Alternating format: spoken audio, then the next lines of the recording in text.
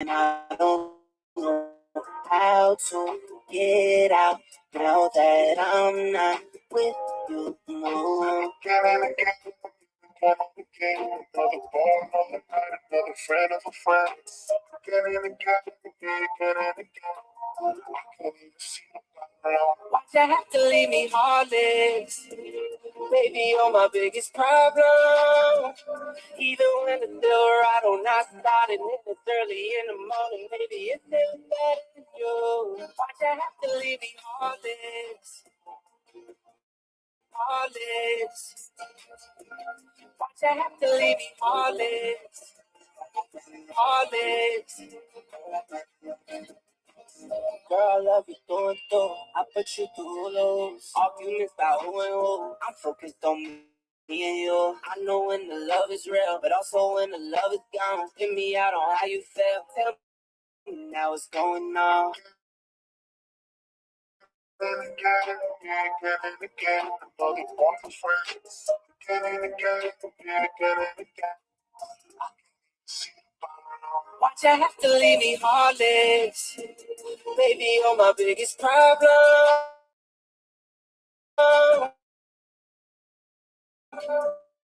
Even when it's still right or not starting, it's still better than you. Why'd you have to leave me heartless? Heartless, heartless.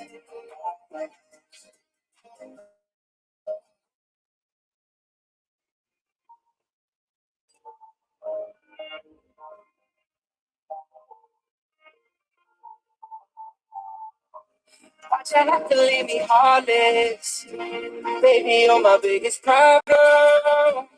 Even when it's still right or not starting, and it's early in the morning, baby, it's still better than you. Why'd you have to leave me heartless? Heartless. Why'd you have to leave me heartless? Heartless.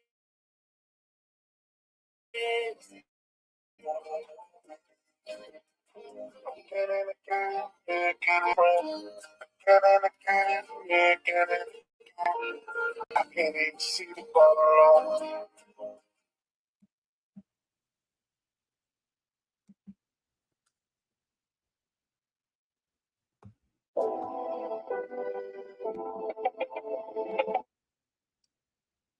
All right, look, I'm having an issue right here. I think I need to restart my computer, so I'll be right back. This is ridiculous. Oh my gosh. Oh, now you want to start working? Give me a second here. Cause I'm having an issue with this shit and I'm not in the mood for it. Seriously, I'm not. God dang you, I hate you so much, damn computer. I'll be right back. I'm so tired of these people. Oh Lord.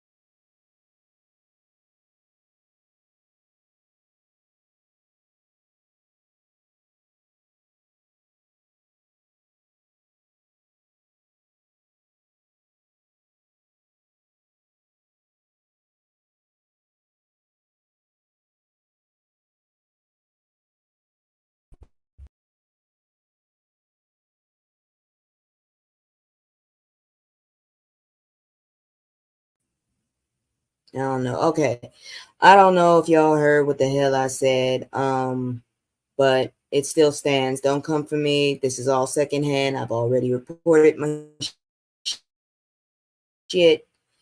I'm just trying to load everything up. I should have restarted earlier. But anyways, give me just a moment. I'll be up in just a second. While we're waiting, I'm gonna leave this disclaimer up till the person can come up. But let me go ahead and open her because these little bastards got my nerves. And where the hell is it? Green light, let's get it. I'm the speaker, I'm winning. Check score, I'm winning. Green light, let's get it. I just win, win. I'm winning. 10.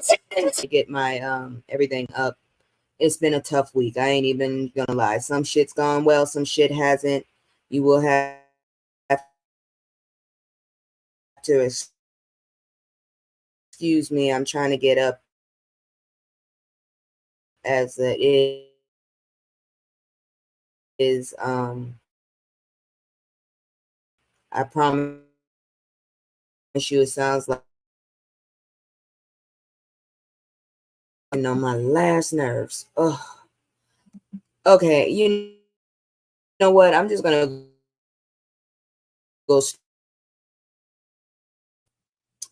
into it. God damn you. Give me just a moment because this is pissing me off really bad. Let me close that. Let me close that. And here we go. So, like my homeboy said, start off with the tea. So here go the tea, and hopefully by then I'll be up and ready. Cause yeah, I'm still having problems with my computer programs. It's pissing me off, and I don't know what the hell's going on. I really don't. Really, it's really pissing me off. But anyways, let me get into this first story. I really should close my window because these little. I ain't gonna talk about it. I just don't like badass kids. That's just me. So Shannon Sharp on how his ex audio went live, but hilarious internet is not buying it, sir. I honestly don't even want to know about your escapade, sir. You look like one of my great uncles. So seriously, I don't know what to tell you. Ooh, you look like you've been in the field. I'm not even gonna lie. You got that nose. That nose is in my family. I'm not even gonna lie. I don't have that nose, but that nose is in my family. Ooh, you, sir, don't need to make that face no more. You make me feel like I'm about to get ass whooping, and that's all I can say about that. But anyways, so popular ESPN and Club Shay host Shannon Sharp has gone viral again, but not for one of his controversial interviews. The former athlete is trending for seemingly going on Instagram Live and sharing a steamy video in which a woman can be heard moaning. Okay. Did she have a Charlie horse? Because I sound some risque when I have a Charlie horse. I ain't even gonna lie. It's embarrassing as hell. But I mean, that's the only sound I can make because I'm trying not to scream my ass off. But anyways, more than 6,500 people were tuned into the live at one point. However, Sharp quickly took to Instagram to insist that you guessed it, he was hacked. Yeah, all right. Where was the phone? Where was the phone? Where was the computer? I'm just saying, why would you? I don't know. I don't know really. Maybe it's because I'm just an old fart. I don't know. You know what? I'm about to throw this damn program out the damn window. I don't know what the hell's going on, but it is not starting. I'm trying to do several things at the same time, and this is pissing me off. But anyways, where was I? According to TMZ, Sharp wrote, "Beware my at Shannon Sharp 84." Why are you called 84? Is that your number? Because I know your ass wasn't born in 84. Because I was born in 81, and your ass is old looking, sir. Your black has cracked if you are younger than me. Let's see here now. Where did he say Instagram was hacked this morning? My team and I are working vigorously to figure this out. UNC Unk. Unk? Who the hell called him Unk? Oh, I don't know. The post was deleted minutes later, but that didn't stop the internet from going into a frenzy. One user, JBV The World, joked on Twitter, Shannon Sharp got tired of y'all questioning his sexuality and decided to lock in on IG Live. Well, honestly, I think if he was really serious about it, he would have locked in on TikTok because it seems like that's where everything actually goes viral. This is the first time I've heard of an Instagram situation going viral in a long ass time. Give me just a moment. I'm still pissed off at this damn computer program. So I'm gonna be multitasking. Give me just a moment. No, that's the wrong thing. Enable preview. Enable, damn it. If you hear foreign languages because people are walking too damn close to my window, I'm just letting you know. Let me see here now. I hope that works. Anyways, let's see what else someone said. Another user at Hamps World used the sweaty Gucci Mane meme to describe Sharp's state of mind by stating Shannon Sharp soon as he picked up his phone and realizing he'd been on IG Live the whole session. What does that picture look like? Yeah, I don't think so. Real talk. I think this was staged. It's too convenient, honestly. But anyways, another account at Drip Godless commented, now that Shannon Sharp and Skip Bayless will be unemployed, they should join and make a sports show together. That would undisputedly go hard. Okay, what does that have to do with this shit right here, though? I don't know what to tell you, but that is a very tight suit. Why did he wear clothes so tight? That man's gonna get a yeast infection. That's all I gotta say about that. One person who goes by Hey Sita wasn't buying that Sharp was hacked. Shannon Sharp was in there grunting and growling like a cane corso. Ooh, Lord, let me pull that back. I hate when it scrolls on its own. This is a struggle. This is seriously a struggle. And I'm about to go close my window because these people all decided that right now was the night to go outside on a Monday night when you got kids going to school the next day. Whatever. But, anyways, oh yeah, so he was growling like a cane corso, but wants us to believe he got hacked. She asked, "What the hell's a cane corso? Is that a cane corso? Because that doesn't look like cane corso, but I don't know." Someone else at Lost the Fourth. Oh Lord, that says fourth. It really does says fourth. Okay, commented somebody's daughter was on Shannon Sharp's IG live getting her rent paid. Probably so. I don't know, but that was a little rude. The jokes will continue to fly online as Sharp's expense, whether he was hacked. Oh, God, I got to just scroll properly. Hacked or not. Hopefully, other people, regardless if they're famous, will learn a valuable lesson. The internet is already a wild place. Try to avoid giving it fodder if you can. Look, I don't know what to tell you because honestly, this is not my first rodeo. I was around when that shit started with Paris. I ain't even gonna lie, that was annoying as fuck. So it is what it is. At the moment, I still can't seem to get myself up. I'm gonna go ahead and do my commercial and close my damn window because these little kids and shit is getting on my nerves. So give me just a moment. Y'all check out my commercial and we gonna see what happens after that because this is ridiculous. It's just me and the fam. It's just me and the fam. It's just me and the fam. It's just me and the. It's just me and the fam. Yeah. It's just me and the fam. See my little titty, that's my girl, that's my mascot. No one's go for hours and some hours till we pass out. Stay inside the house, turned up with the racks out. Stay inside the house, turn. Okay, I'm back. I'm back. Give me a second here. Like I said, shit is not working properly. Shit keeps freezing up. Hey, Miss Babs, so sorry. This is a struggle right now. I'm trying to get everything up, but my computer is not working with me. I'm still in this hotel, if you want to call it a hotel. I don't know what to tell you because right now it's a hot mess, in my opinion. But I don't know what to tell y'all. I'm praying that I get moved on up to an apartment. I'm not trying to be ungrateful, but hey, after so many people knocking up against your door, screaming, falling down like elephants out of the sky, you do tend to get a little testy. So I'm not gonna lie. I'm at my age. You really don't want to hear all that shit, especially when I'm supposed to be in a hotel. But anyways, let's get into the fuckery. Like I said, I'm still waiting for my damn computer to act right. Lord, it's getting on my nerves. This is like the third damn time I'm trying to get this bitch to work. And it's just irking the shit out of me. Oh my gosh. All right. Give me a second here. I need to shut something down before I get into this fuckery that is fuckery. So somebody else thinks they Jason. Just letting you know. Give me a second. I don't know what the hell's going on with this damn program right here. I ran it earlier today, see, and I don't know what's going on now. So now I just got to, what does it say? Oh, now you want to fucking act right. You motherfucker. No, you didn't. This bitch right here. No, you didn't. All right. I'm good. I'm good. But anyways, let me move on to what I was saying. So new frightening development in furniture store in case a Los Angeles jury finally convicted the unaliver behind Breonna Cuthbert's murder. Unaliving. Oh, so sorry. This is a hot mess. He better have some mental issues because he don't look right anyways. 2 years ago, give me a second. 2 years ago, a terrifying story about an UCLA graduate student being to death while working in a furniture store shook the internet. This week, a jury came to a decision about the unaliving suspect. Did y'all check him out? He don't look right.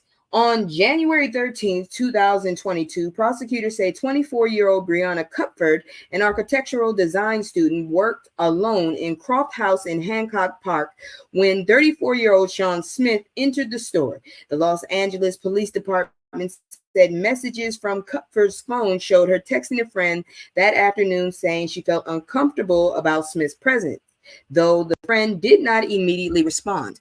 Okay, so how long was he there? Because in my opinion, she should have called somebody real quick. It's a sad thing that we lost another person to something that could have been prevented. Seriously, she really needed to probably get a hold of somebody because this dude didn't look right, and I would have called the police. Real talk. And quite frankly, I wouldn't have been comfortable, and I would have told somebody, "Hey, you need to have somebody else up in here with me." In this day and age, I'm not sure why you would have somebody in the store by themselves. That's ridiculous. In only another 20 minutes, Kupfer was found unalive by a customer and Smith was gone, police said. She suffered 46 wounds. Police said Smith fled out the back door of the store, but left behind the weapon and an audio recorder. Prosecutors said the device captured the voice of a man telling a woman to get on the ground and saying he was not going to hurt her, per NBC Los Angeles. Then the woman screams and the man says, it's over, bitch. What's up, dude? Why did you do that? That's what I don't get. What was your reason? The evidence left behind made it easy for Smith to be identified as a suspect. Police said they located him 6 days later after receiving a tip he was sitting on a bus bench in Pasadena. Smith was then arrested and charged with first-degree homicide. During trial, prosecutors claimed Smith's hatred of women was the cruel motive behind the crime, citing a recording he made saying he wanted to unalive women just weeks before Cuthbert's unaliving, the report say. Personally, that wasn't her fault. And real talk, she should have called somebody because this dude didn't look right in the first place. And this dude, really, somebody should have did something about him.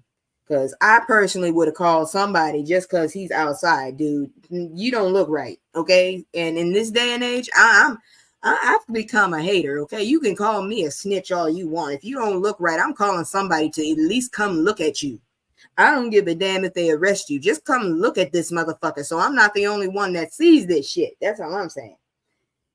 So they were saying it's easier probably to sleep at night to think something is wrong with him rather than face the truth that this man was on a crusade to hunt, to destroy, and to unalive for the mere fact that she was female. That means something's wrong with him. I don't care what you say. Something's wrong with him. Most people don't just do that. You know what? I can sleep at night saying something wrong with him, and I can still say he ain't got no business being out on the streets. Some people just be wrong at left field, and some people just should not be allowed to walk free. I'm sorry, and that's one of them motherfuckers. Those motherfuckers that are sociopaths. You can kiss my ass. That's a motherfucking sociopath. Ooh, I'm sorry, I was triggered because somebody called me a sociopath. How dare you? No, I have a lot of emotions. Shit, that's why I'm on medication now. Shit.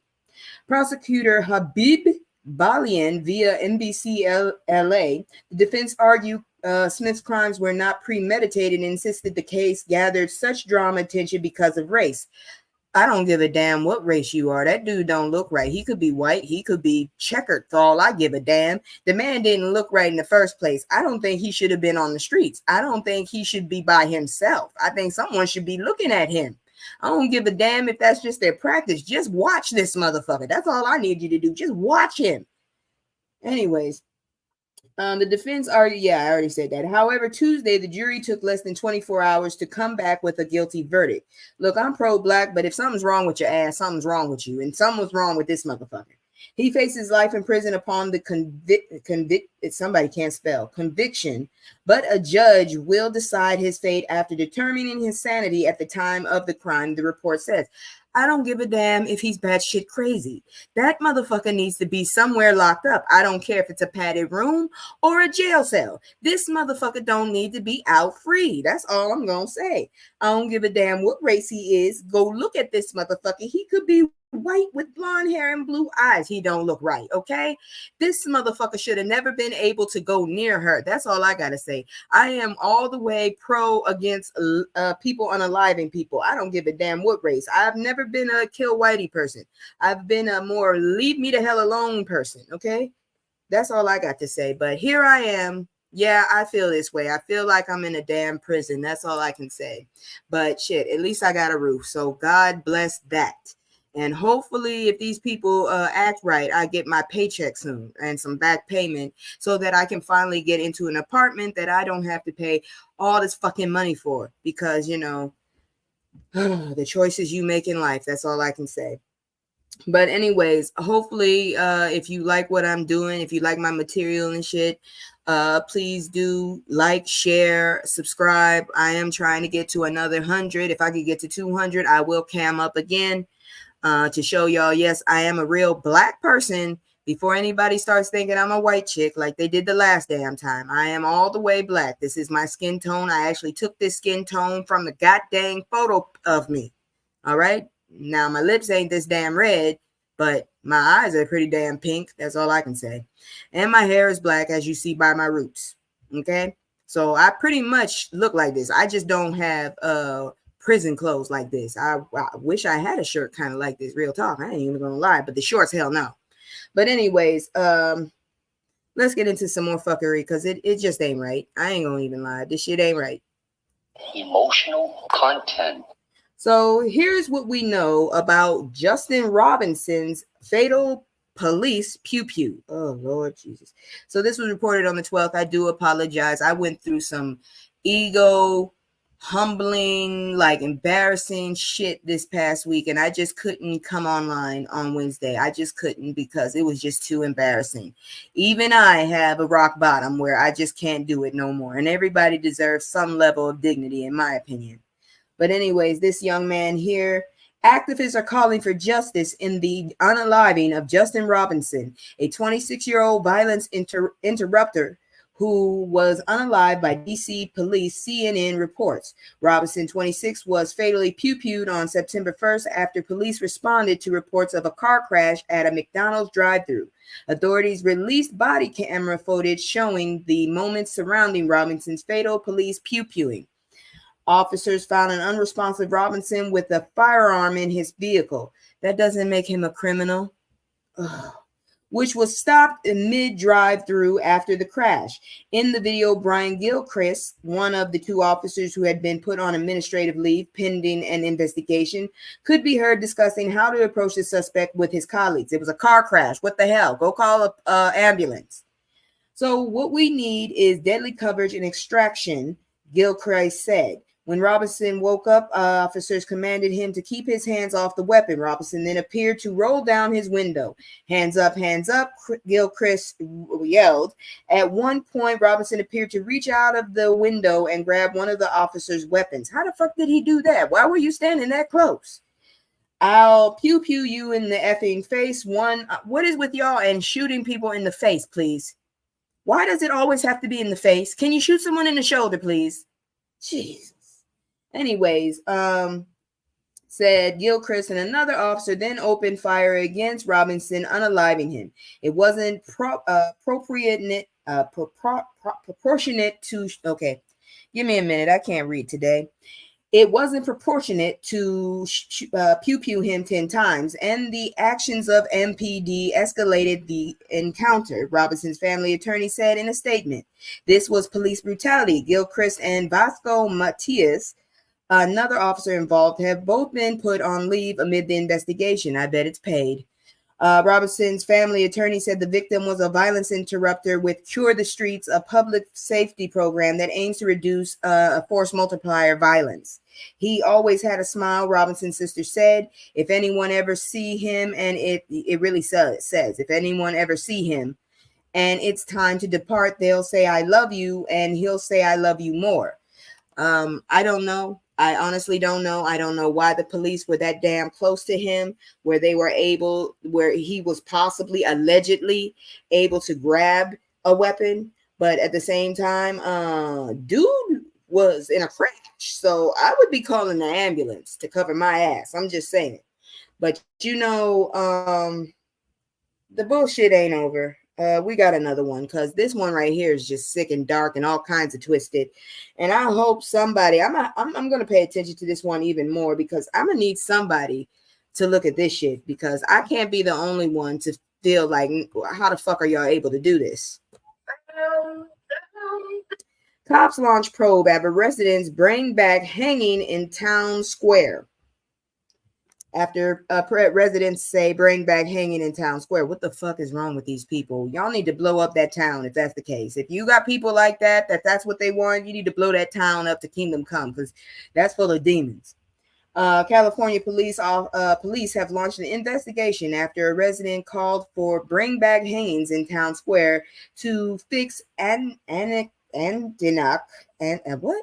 I don't know what they say. Right up.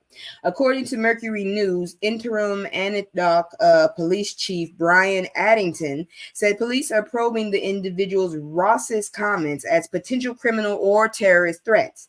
The comments shared on social media are believed to be made by a man who lives in nearby Oakley. Resident Nicole Arrington brought up the incident at a city council meeting last month and later shared screenshots of the post with officials. Arrington alleged that there has been a pattern of vile, racist, and hateful comments aimed at Black city council members and staff. In a statement, Black City Council member Tamisha Torres Walker called the hanging comment outrageous. The councilwoman said she's faced several derogatory comments on social media since taking office in 2020, including being called nasty, miserable, racist, disgrace, human, ugly, ghetto, and progressive clown. Torres Walker also recently shared a post on Instagram about a sign on a highway near Concord that read, "Not white, not welcomed." Well, that is what you would call a sundown town. And truth be told, those still exist. So wake up, people. This shit ain't over, and y'all need to stop believing this shit don't exist, because it does. That's all I got to tell you. This shit exists. Now we gonna move into just a little bit more fuckery. You know him, you hate him, at least I do. I don't think he's a human. I think he's a human orange turd, and that's all I have to say. Drumpf is back with his dumb ass sounding like a damn Ross's old grandpa that ain't got no damn sense. Oh, hey Jen, girl, I missed you.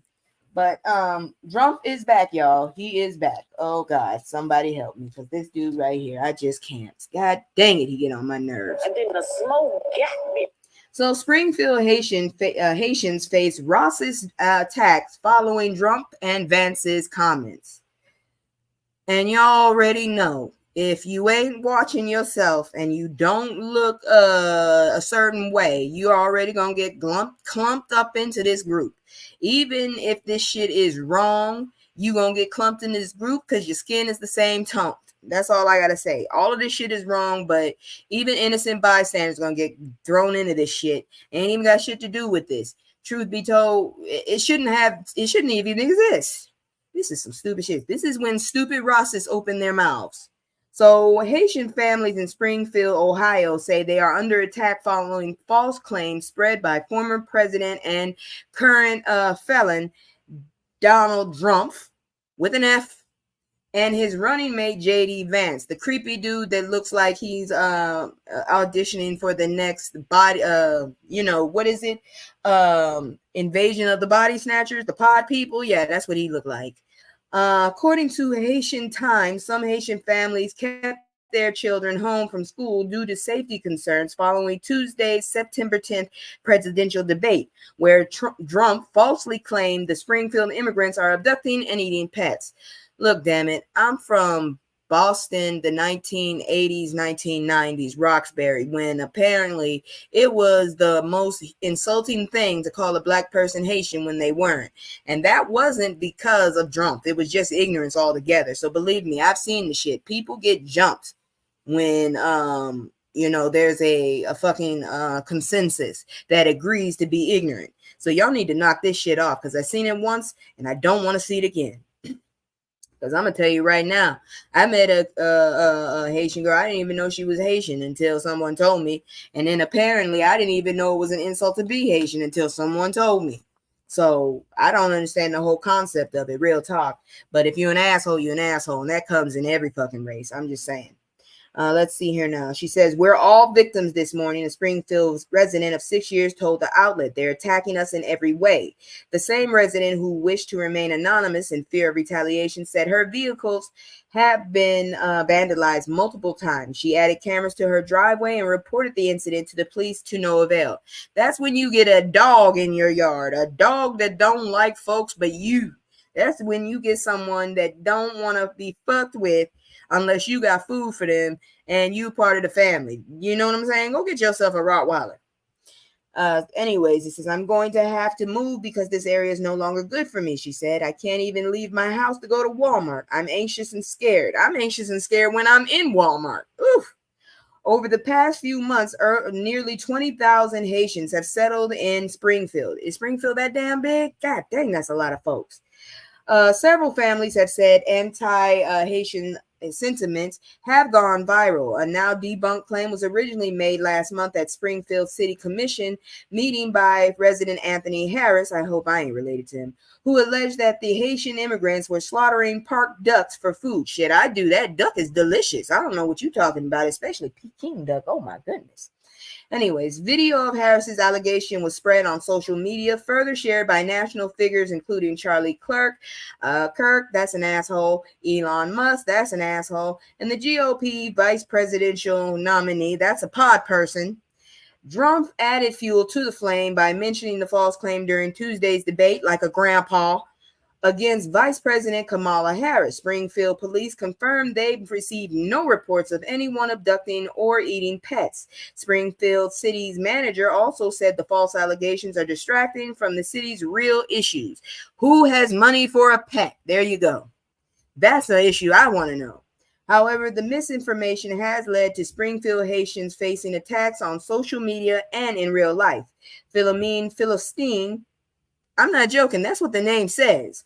Philomene, Stin. I don't know. A Haitian business owner said she's seeking legal help after several baseless attempts to evict her from her place of business. They're trying to push me out, but this is my home, Philistine said. I set up my home, my store to be here. I'm not going anywhere. You go, girl. Shit, if you made it work, make it work. I don't understand. Now, I do feel like we need to close some of these fucking borders, because seriously, rent and shit is getting ridiculous, and the homeless, we need to work on us. That's how I feel about it. But needless to say, if your ass is here and you made your fucking home and you got roots here, how dare somebody feel like just because they don't like your ass that they deserve to move you? You need to move around. That's all I got to say about that shit. But shit's about to get even darker. So before we continue, let me do my little commercial again and see if I can close another damn window. Here we go. God damn it. It's just me and the fam. It's just me and the fam. It's just me and the fam. It's just me and the. It's just me and the fam. Yeah, yeah. It's just me and the fam. See my little Tay, that's my girl, that's my mascot. No one's go for hours and some hours till we pass out. Stay inside the house, turn up with the racks out. Stay inside the house, turn. So real talk, I just want to know who the hell lets the kids stay outside on a school night when it's getting dark. Real talk, I don't give a damn how old they are. These damn kids outside playing ball. What the fuck? Damn street lights are on. What the hell? But anyways, 17-year-old teen pew-pewed while looking for a spot to take homecoming pictures. I don't know where this was done, but I do understand that what you call it, that culture, because it's all about the prom pictures, the homecoming pictures. But I usually go to a business when I'm about to go take pictures, and they put me somewhere I don't even want to be, but still. So this was reported on the 12th. A lot of this stuff is a little old. Like I said, I went through something and I just really was hurt. Okay. My dignity was really there, out there exposed and shit. And I just didn't feel like coming online. I wasn't going to be any entertainment for anybody. But let me get on to this story. A Colorado teen was pew-pewed in the face by a town council member as he was looking for a place to take homecoming pictures. The Jefferson County Sheriff's Office said per KDVR. What kind of name is that? Anyways, the pew-pewing of the 17-year-old teen unfolded on Tuesday, September 10th, at a home in Mountain View, Colorado. See, this is why I don't go to these places. The sheriff's office received a report from the homeowner of two trespassers on her property. The homeowner also called her boyfriend to inform him about the alleged trespassers. The teen told deputies that he had driven to the property with another juvenile to see if they could use it as a location for homecoming photos. According to the sheriff's office, the boys parked their vehicle at the home's gate, jumped the fence. That was your first mistake, child. And walked up the residence to speak with the owner. In this day and age, have you not been paying attention to the news? Whoever your parents are, they need to ask what for not teaching. Why would you jump a fence in this climate? When no one answered the door, the teens walked around the property, found out if anyone was at home. After not finding anyone, the boys went back to their vehicle and began writing a note for the homeowner. A man identified by police as 38-year-old Brent Metz, a Mountain View Council member, then pulled up next to their vehicle, exited his truck, and pew-pewed the 17-year-old driver through the windshield. Why? Why? Did you see anything in their hand? They were writing a note. What the fuck? You don't know if these people knew them? Oh, Lord. Deputies said they found the teenage boy bleeding heavily from his face and the second boy applying pressure to the wound with a t-shirt. The 17-year-old was taken to the hospital where he is being treated for serious injuries. Metz was arrested on counts of on first-degree assault and illegal discharge of a firearm and 2 counts of felony menacing and reckless endangerment. That is what you fucking get. Oh, my God. In a second, I got to play that because that's what you get, you dirty-ass bastard. These kids were no longer on the property by the time the homeowner arrived. Jackie Kelly, public information officer for the sheriff's office, said in a statement, they were in the car writing a note on a public roadway. So any threat that he thought he may have to deal with was no longer on his property. Kelly added that the teens will likely not face charges for trespassing. There's nothing about this that appears to be malicious with any intent to commit crimes when they jumped over that fence and went to contact the homeowner. It doesn't exist as far as we can tell. So likely not going to be charging these kids with trespassing, Kelly said. And that's what you get, you dirty bastard. Because I'm so sick of these damn vigilantes trying to protect shit when ain't nobody trying to get that shit. In this day and age, we just trying to keep our shit, okay? Ain't nobody wants your shit. We just trying to keep our shit. How about that? If you stop trying to take our shit, we won't take nobody else's shit. And they weren't even trying to take no shit. They just want to take some pictures. How about that? Y'all get on my nerves. Where my damn thing? Here you go. I'm all in my head, I'm a wreck. I've been moving like a hot. And I'm so glad he fucked around and found out. I wish I had read this ahead of time. I would have played that one. But anyways, we still got some fuckery to continue with. This black boy was allegedly abandoned by his adopted parents in Jamaica. But the story gets much worse. Oh, Lord have mercy. I ain't never been to Jamaica. I really don't want to go. I don't really want to go anywhere anymore. I just want to sit still. So a group of child welfare advocates are working to bring attention to the troubling case of a 17-year-old black boy. What the hell is up with these 17-year-olds? Who was allegedly abandoned by his adopted parents. Believe me, the story gets much, much worse. That's fucked up already. Shit, I don't even want to know. Elijah Goldman, oh God, here we go. The damn. Okay. Elijah Goldman penned a letter to the Detroit Free Press documenting his harrowing experience in Jamaica. No, he wasn't there for vacation. He said his adopted parents, conservative and white Christian couple, Mark and Spring Goldman, oh Lord, they named somebody Spring, left him there at a boarding school. An investigative report by the Free Press found that Elijah was adopted from Haiti at age 10. So, god dang, why didn't you take him to a boarding school in Haiti so he could learn his goddamn background? You're going to put this man in a whole nother damn country. What kind of bullshit is that? Anyways, and lived with his new parents in Traverse City, Michigan. He'd grown into a typical life of a teenage boy. The report says he went to school, ran track, had friends, and even got himself a little girlfriend. It really says little girlfriend. Little. However, activists told the Free Press relations between Elijah and his parents grew tense following a series of rebellious behavior. He was allegedly caught watching pornography, lying, and running away. What the hell did he steal from you? Because some of these kids do worse than that shit. I mean, you allowed him to get to that shit. You know what the fuck? You know, had he been any other race, you still have to deal with this shit. Okay, he's a teenage boy. Doesn't matter what race he is. He's a teenage boy, and he's gonna act a goddamn fool because that's what they do. Ugh.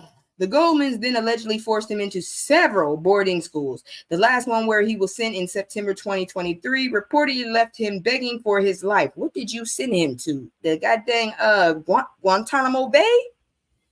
That's what child welfare advocates say they believe happened to Elijah, whose adopted parents sent him to an American-run boarding school in Treasure Beach, Jamaica. Why are you American-run in another country? Anyways, Jamaica in September 2023 over behavior problems, including watching pornography, and allegedly ditched him in the process. They never visited him nor attended any of his court hearings, where Elijah and other boys disclosed allegations of horrific abuse they endured at the school called the Atlantis Leadership Academy. Please don't send your kids here. Elijah said he was cut with a razor and beaten in the back with a hammer. What is wrong with y'all? Y'all been watching too many horror movies. The hell? You don't do that to a human. Other boys reported being waterboarded with a hose up the nose. Oh my God. Tied to railings by the neck and beaten and being forced to engage in club fights where staff and local police would place bets. Yeah, my cousin did that shit to me when I was all of 6. The allegations prompted Jamaican officials to remove Elijah and 6 other American boys from the academy in February and place them in Jamaican custody. 1 month later, the school was they said they closed. Okay. 1 month later, they closed the school down. Who is they? Who is they? You should have just said the school was closed down. Even after the boarding school closed down, Elijah told the Free Press in a letter that his parents left him stranded in Jamaica. Why did you leave these kids in Jamaica anyways? You can clearly see they're not Jamaican. You know, oh, well, I don't know what to say. I appreciate them for bringing me to the U.S., but they abandoned me. I'm staying strong, but it hurts, he wrote at the time. New York civil rights attorney Don Post traveled this spring to meet Elijah and help coordinate his travel back to the U.S., according to the Free Press. He finally returned last week to Miami, Florida, to the refuge of his attorney and an advocate. According to the report says Michigan denied legal authority to house the teen. What the fuck? Ooh, this is fucked up. His lawyer communicated with Child Protective Services in Florida, where he was held for just 24 hours before they put him on a flight back to Michigan. You know, Florida is good for sending folks everywhere. I'm just saying, Florida will ship your ass somewhere, just not to deal with you. In an awkward reunion, Elijah told the Free Press his adoptive dad met him when he landed in Traverse City and advised him to fly to Utah to meet with the travel agent who's behind his horror trip to Jamaica. Elijah said he refused. I would too. This motherfucker telling you to go get on another plane. Mm-hmm. This week, his attorney filed a neglect petition with Traverse City Court, as well as motion to place Elijah in protective custody. In a court decision Wednesday, a foster mother came forward offering to take Elijah into her custody. His adopted parents did not object, the report says. This is some sick shit. It's just the right thing to do, the woman told the Free Press. The right thing to do is somebody get them damn people and whoop their ass. Why did you adopt him in the first place? Yes, exactly. They get on my damn nerves with these people. Seriously, this makes no sense. Why would you do that? There's too many sociopaths running around here. Why would you adopt somebody? I know it takes money to do that. Why would you go through all of that shit just to leave that little boy stranded? What kind of bullshit is that? I don't get it. I just don't get it. Somebody explain the shit to me. Real talk. I just need somebody to explain that shit. That don't make no sense. But the fuckery don't end. I've been paying attention to this. I had to call my mom on this because it's still hurricane season. It started in June, but this shit don't end till about November at this point. So let's look at this shit. It's a mess. Hurricane Francine could produce life-threatening storm surge, report says. So this is past, okay? But from what I've heard, I'm not gonna really go too far into it. It wasn't that great, and a lot of people got bullshit, but it wasn't the worst. It wasn't the worst hurricane because my homeboy is good. He just asking me repeated questions that don't make sense, like it. So it's temporary. I'm homeless at the moment. Of course, everything is temporary at the moment for me.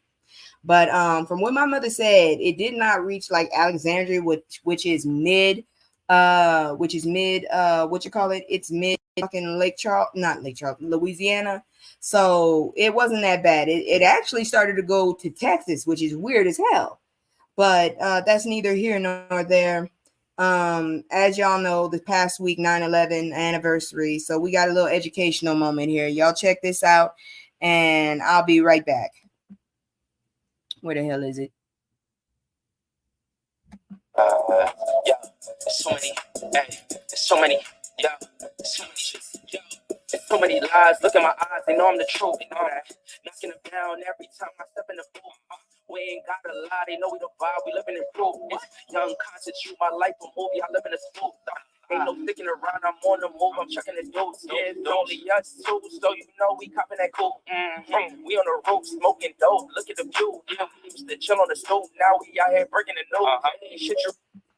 So, not only did we lose a whole lot of people, but apparently we also lost 6 DC students during that time and a teacher. So let's, put our prayers up to these young children lost.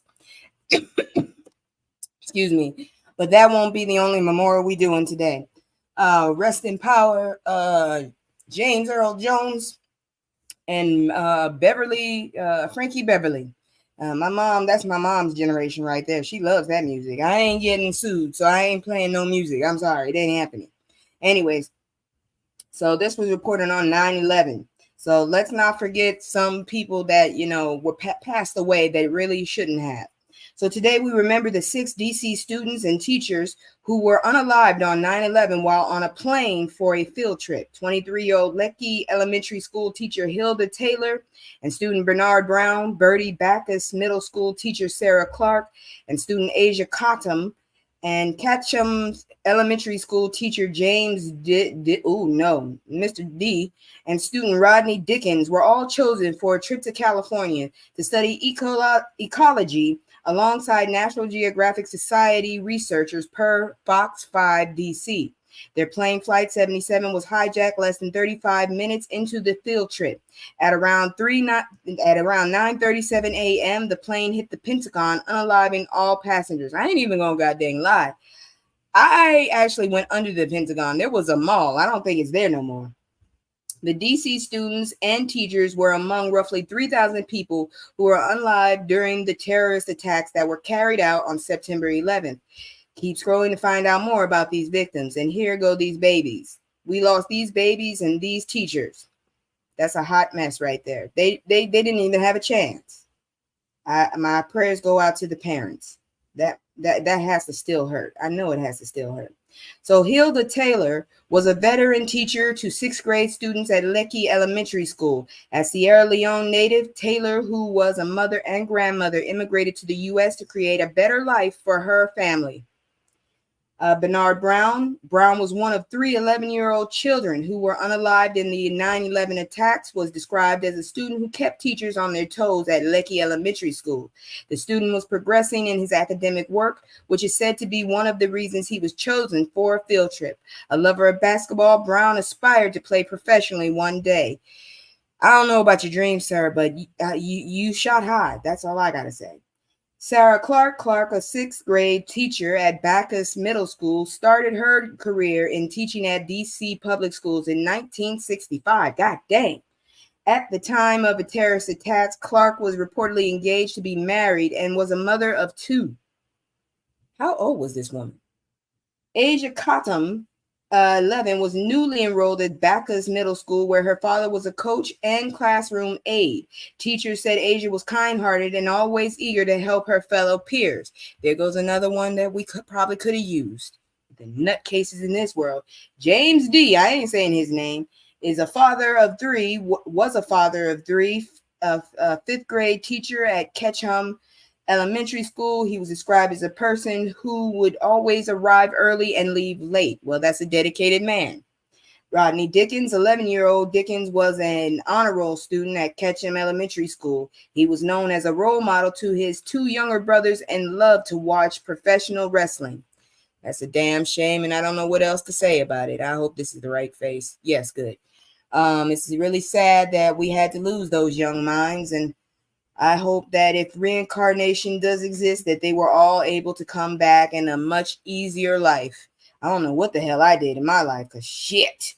But anyways, since we moving on to that, and I don't really think he deserves this kind of entry, we gonna move on and do my little commercial real quick, and then we gonna show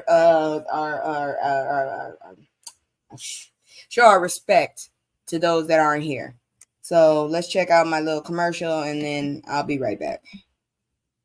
Where's that damn commercial? I really hate it when I can't find it. I need a damn, I need somebody to help me with this shit sometimes, because I swear I'm doing this by myself. Here we go. You really just don't want to. It's just me and the fam. It's just me and the fam. It's just me and the fam. It's just me and the. It's just me and the fam. Yeah, yeah. It's just me and the fam. See my little Tay Tay, that's my girl, that's my mascot. No one's go for hours and some hours till we pass out. Stay inside the house, turned up with the racks out. Stay inside the house, turn. All right, so if you're around my mama's age or whatever the hell they call these people now, people that was listening to the 70s music and shit, and you was an adult, yeah, this is the music my mom liked. So before we let go, Black media celebrates Frankie Beverly. This was reported yesterday. Ooh. There he is right there for all of you children that don't know who this man is. There he is. I didn't know what the hell he looked like either. This was before my time, but my mom listened to him, so I had to listen to him. So on Tuesday, September 10th, the world learned the musical legend Frankie Beverly from the beloved group Frankie Beverly and Mays died at age 77. That's so sad. But hey, he lived a long life at least. The news immediately caused shockwaves inside and outside the music industry, with everyone from fellow musicians to everyday fans expressing their sadness and fond memories of the golden time of day singer. We'd also be remiss if we didn't also give flowers to an artist who spanned generations and remained a staple in Black households all over the country for years and years. And I believe he will continue to be that way. Not only was Beverly one of our favorite artists, his music encompassed the most positive and beautiful aspects of our culture and put them on center stage for those within it to bask in and those outside of it to finally acknowledge. Yeah, like I said, you ain't invited to the cookout, but you can watch from the fence. Whether people were doing the electric slide, I know I was, with family at the annual cookout, or slow grooving to happy feelings with loved ones, Beverly's contribution to music grew to be a major part of the unofficial soundtrack of Black life in America, and there's truly no replacing him. Look, I ain't got no money, but I did do a little downloading and making CDs for my mom. I'm just saying, because she ain't got Spotify. I'm just saying. Maya Abraham, R&B reporter at Vibe, I didn't know that was still going on, reflected on Beverly's infectious energy on stage, an undeniable mark in the industry, telling The Root, Frankie Beverly was such a vibrant stable in music. He left an indelible mark on R&B, soul, and funk. Not only was he a joyous, one-of-a-kind presence on stage, but that translated to real life. I met him during his farewell tour, and he was such a kind man. This is such a bittersweet loss, but what a life he lived and legacy he left behind. Well done, Mr. Beverly. Well done indeed. I didn't hear no scandals about this man. All I've ever heard was good things, and then people trying to sing his song very badly. Madame Noir contributing writer Shanique Yatz Yates, who described Beverly's sound as the foundation of Black music. She explained that his legacy normalized a pathway for Black folks to lean into their emotions by putting poetic lyrical prowess to our lived experience. He used his gifts and talents to share our experiences to sounds we can groove to. For goodness sake, Before I Let You Go is the unofficial song to the Electric Slide. It is? I never did that. I thought the anthem to the Electric Slide was the Electric Slide. Okay. And it's a song about a breakup. She told the Root in part. That is Frankie Beverly's legacy. I just want to know who chose Frankie to be the Electric Slide song. That's my issue. Frankie will be missed. I was listening to his music yesterday. Cool. My mom made me make a mix CD for her for that. You know how many goddamn songs I had to go look up? Anyways, he used his gifts and talents to share our experience. Okay, wait a minute. Okay, there it is. That is a fair gift. He could turn any emotion into a beautiful song to dance or sing along to. Esteemed music and culture journalist Kia Turner connected Beverly's start as one of Marvin Gaye's direct students to the creation of the blueprint for what we now consider soul music, and opened. Honestly, I thought Sam Cooke and those guys were soul. Okay, anyways, and opened eyes and ears to what genre could look like with artists like Babyface and Tyrese. You know, the fucked up thing is those are both in my generation. Oh, I'm so stuck in the middle. Anyways, following his footsteps years later, Beverly's legacy was yet to be fully discovered, but his impact has undoubtedly played a role in shaping the next generation of singers, all while encapsulating the vastness of everyday American life, said Turner. He's been one of our best ambassadors of Black unity, love, and family. I ain't gonna lie, I've never heard a bad thing about him. He's always remained ours with his idea of wholesome music that generations of soul music could enjoy. Songs such as We Are One, Happy Feelings, Can't Get Over You, and Southern Girl easily evoke emotions heavily associated in our community with family reunions, barbecues, and birthday parties. Does anyone else have family members that take over their birthday party and you sit there and you wonder whose party is it? Because I swear to God, I think my mama be having more fun at my parties than I do. Shit. As a Black American, you grow up defining your life experiences through the timelessness of his music. I ain't gonna lie, I remember a lot of his songs. I really didn't have a choice. Frankie Beverly was the epitome of our American experience, she concluded. Hey, I'm gonna miss him though. The Root sends its deepest condolences for all those who knew and loved Frankie Beverly. This loss hit deep, but we'll continue dressing in all white and doing the electric slide in your honor. Rest well, Mr. Beverly. Yes, sir, rest well and rest in power, Mr. Beverly, because you were one of a kind, and God help me, some of the generations didn't have a choice but to listen to you, but we appreciated you nonetheless. Because I know doggone well I didn't have a choice, damn it. Whatever the hell played, that was whatever she wanted to listen to, that's what I had to listen to too. So yeah, there you go. But rest in power, sir. Rest in power, Mr. Earl Jones, James Earl Jones as well. We lost a few people this goddamn week. That's sad. But moving on into more sad stuff, because I do feel a way because I lived in Louisiana so long. And I remember when Lil Wayne lived in Louisiana, because I believe he lives in Miami now. I'm sorry if you heard that. That was one of my badass ninja cats. But anyways, I do kind of feel bad about him. I ain't gonna lie. I'm not gonna lie. I love Kendrick, but I feel like this was fucked up. So let's look at this. Ain't nobody got time for that. So you know this man. I didn't know he had a dent in his nose at the bottom. Lord, why does he have so many tattoos on his face? But anyways, Lil Wayne said Super Bowl snubbed him for halftime show. That broke me. It hurt a lot.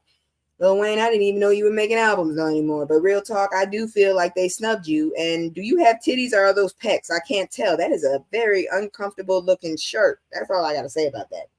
So this was when he performed this year in Philadelphia on the 1st. Your mama and my mama have strong similarities. Oh, hell yeah. Girl, they come from that damn time. What you saying? Anyway, so September 13th was when this was reported by Variety. You know, I ain't going to go to Variety to look for it. Nearly a week after Kendrick Lamar was announced as the headliner of the Super Bowl halftime show, New Orleans native Lil Wayne has admitted that not being chosen for the spot broke me. I ain't gonna lie, I thought he was chosen for the spot. I heard New Orleans, I thought Lil Wayne. Why isn't Lil Wayne going? I really hope Kendrick brings him out. I hope he brings him out. I hope he brings out all of them people. I hope he brings out all of them bounce people. I hope he brings out the people that just haven't made it. Just don't bring out Little Boosie. Good Lord, that ignorant man. Don't do it. Bring out freaking Lil Wayne, please. Just bring him out. Bring him out and the other people that he was cool with. Because I don't think he cool with Baby anymore. I know I ain't. That man never looked like a baby to me. I don't know how the hell they gonna call him Baby. Ugh. Anyways, so that hurt. It hurt a lot, he said in a video statement posted on Friday morning to Instagram. I thought there was nothing better. That spot on that stage, on that platform. It broke me, but I'm just trying to put myself back together, Wayne said. He had expressed his desire to play the show multiple times over the years. I thought he was gonna. I'm so serious. All this time, I thought he was gonna be the next one. But real talk, I haven't been watching the Super Bowl, so I thought he had already played. Anyways, the game is scheduled to take place at New Orleans Caesar Stadium on February 9th. Damn, time flies. Almost immediately after Lamar, a Los Angeles native, was announced as the headliner for 2025 Super Bowl halftime show, uproar began online over him being chosen instead of Wayne. Nicki Minaj, a Wayne protege, was among the first to speak out, and she should, because I ain't gonna lie, I thought she was the female Lil Wayne with that damn high-pitched voice and shit. I'm just saying, but I also still agree. While Lamar is arguably the greatest and most influential rapper in the world at the moment, because Wayne made a whole word in the dictionary, which I'm not too proud of. Come on now. Bling bling should not be in the fucking dictionary. Anyways, Wayne's legacy in music is enormous and began much earlier, back in the 90s, when he emerged as a precocious teenage rapper and everybody wanted to know where the hell is his parents. I have yet to understand where his parents were. This boy is all up in the streets, half naked. Where were his parents? I was a child and I wanted to know where his parents were. Shit. I hope. Yes, that's what I really hope he brings out Lil Wayne. Maya ex is dead, right? Shit, it's been a while. I ain't heard a whole. You better not bring Romeo out either. I'll whoop your ass. You bring out Romeo or god dang Master P with his ignorant ass. God dang it, you better not. Bring out badass. Is badass Yellow Boy still alive? Bring him out. Don't bring out fucking Mystical. He him in the hands. The hands. Bring him out if he's handcuffed. I don't trust his hands. That motherfucker. I met Mystical once. All I wanted to do was shake hands with this motherfucker because the group I was rolling with was gonna they were it's called Southpaw. They were opening for him, and all I wanted to do was shake his hand. This motherfucker grabbed my hand, yanked me, and bear hugged the shit out of me. I'm gonna tell you right now, I was like, what the hell? All I wanted was a handshake. The fuck? But anyways, I know the New Orleans Saints won today. You would. I don't even do football, but I just like fucking with people when it comes to sports. I'll fuck with you if your team is not my team. And my team is where I'm from. So you already know, I mean, black and yellow, cool. I like the song, but I'm going to go with the Patriots just because I'm from here. And it pisses people off. That's really it is. That's what it really is. It just pisses people off. Shit, my mama was living up here the long. She still ain't a Patriots fan, but I just do it to piss people off. I really do. Just letting you know. But anyways, where was I? Okay. So, let's see. Although he essentially relocated into Miami, I told you he remains inextricably connected to New Orleans. Was Yuckmouth from Louisiana? I wonder if anybody remembers that dude. I will never forget because he had a fucking name like Yuckmouth. What the hell? No, don't eat this. You are not a goat. Damn cat trying to eat plastic. Anyways, Complicating the situation further, Super Bowl entertainment is overseen by Jay-Z's Rock Nation company. Although the NFL and City of New Orleans also play a role in the pick, Jay has been criticized by many people for his role in the decision, to the extent that rappers like Fat Joe, Fabulous, who still hasn't been able to spell his name right, have spoken out in defense. Man, if that dude don't learn how to spell that damn thing. Can somebody tell me what a tunchi is, by the way? He been calling himself Little Tunchi for the longest, and I'm still trying to figure out what a Tunchi is. What the hell did you get an E and a Tunchi? Look. It says Lil Tune. Oh, Tune and then Chi. Okay, it still doesn't make shit sense, but now I understand how you get Tune Chi. But if you're not paying attention, it looks like Tunechi. But I'm just saying, what the fuck is a Tunchi? Anyways. See, this shows you I'm not a native. Plus, I would never wear those red ass shoes. What the fuck is that? I hate those shoes. Anyways, so someone said, Wayne says, first of all, I want to say forgive me for the delay, Wayne says in the Friday video. I had to get strength enough to do this without breaking. Shit, I know how you feel. That's how I felt when that damn gift card didn't work and I was broke as hell. Shit. I must say thank you to every voice, every opinion, all the care, all the love and support out there. Your words turned to arms and held me up when I tried to fall back. Not being picked hurt. It hurt a lot, Wayne continues. I blame myself for not being mentally prepared for a letdown.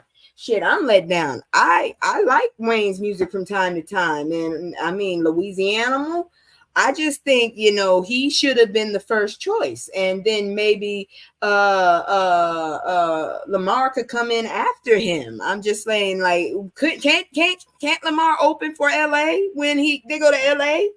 I'm sure he's young enough. Shit, Tunchi about my age. No, he's older than me. Shit. Anyways.